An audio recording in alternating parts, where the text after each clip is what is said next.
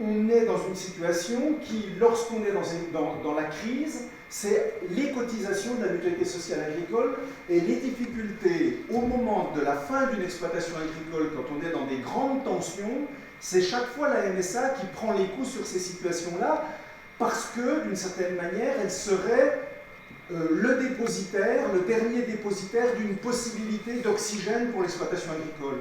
Or ça, on ne peut pas, enfin, moi, la place qui est la mienne de technicien et pas de politique et de médecin, je ne peux pas accepter cette notion-là, même si je comprends que vous l'utilisiez. Hein, c'est pas, je comprends. C'est lié à la compensation démocratique. Et tout le temps, j'entends l'agriculture dire « mais on n'a rien du tout, je m'excuse ».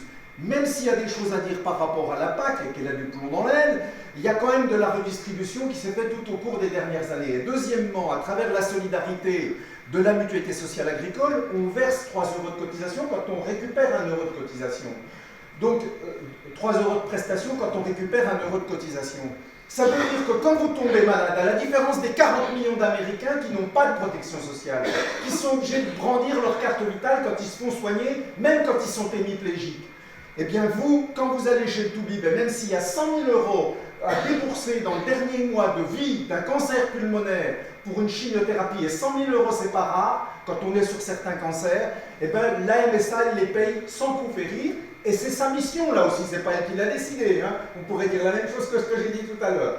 Donc on le fait parce que ça fait partie des choses qui protègent notre pays et qui protègent notre agriculture. Donc sans doute, on appelle des cotisations avec toutes les difficultés que ça représente pour vous, et j'en ai absolument conscience, et régulièrement on est avec Solidarité Paysanne dans cette situation dans laquelle je me dis, moi, c'est mieux que ce soit eux qui y aillent, excusez-moi, Présidente, parce qu'ils en ont tellement ras-le-bol de la MSA qu'il n'y a qu'eux qui peut les aider. Mais nous, on a des assistantes sociales, on a des médecins du travail, on a des conseillers de prévention, on a un certain nombre de gens qui sont en situation de vous aider, mais encore une fois, si c'est arrivé jusqu'au TGI et jusqu'au TAS, ça veut dire que vous n'avez pas entendu qu'il y avait des assistantes sociales qui étaient susceptibles d'aller chez vous ou des conseillers éventuellement suffisamment tôt à l'avance, avant qu'on soit dans cette attitude cramée de burn-out, c'est la définition du burn-out, c'est brûler.